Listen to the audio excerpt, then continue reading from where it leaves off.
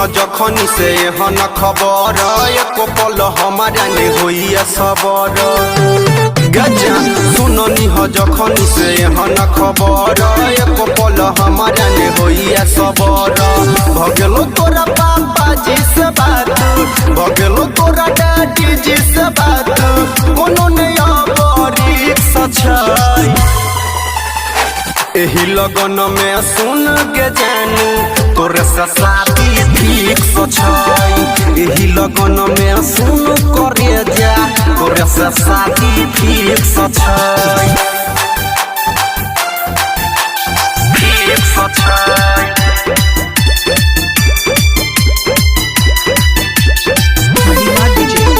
ठीक सच्चाई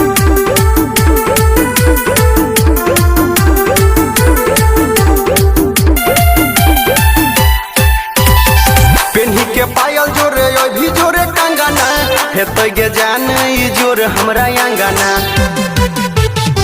पेन्ही के पायल जोरे भी जोरे कंगना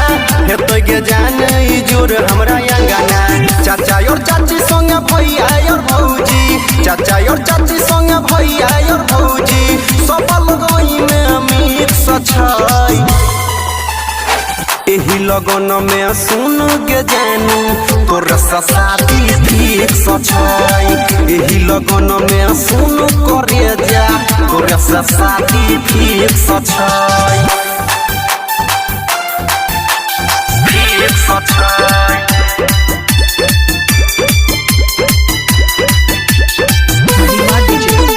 ठीक सच्चाई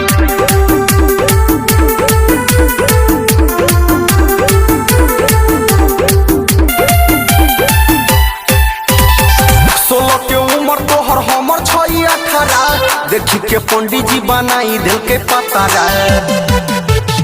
16 के उम्र तोहर हमर 18 देखी के पंडित जी बनाई दिल के जतारा कहे छो रोशन तू ही बन भीगे कनिया कहे छो सरब तू ही बन भीगे कनिया लल्ला सा लागल बुखी सच्चाई